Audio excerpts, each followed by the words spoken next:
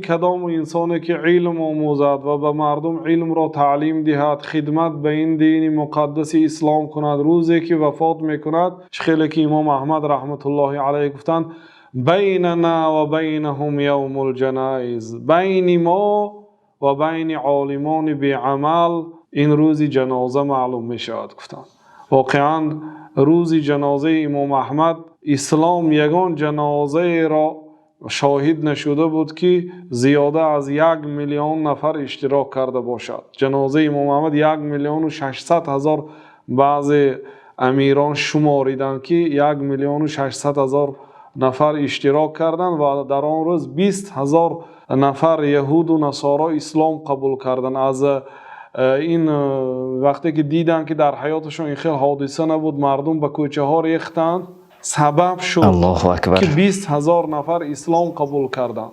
برای اینکه امام احمد واقعا امام بودن، خدمت کردند، روزی وفاتشون آب دیده های مردم ریخت.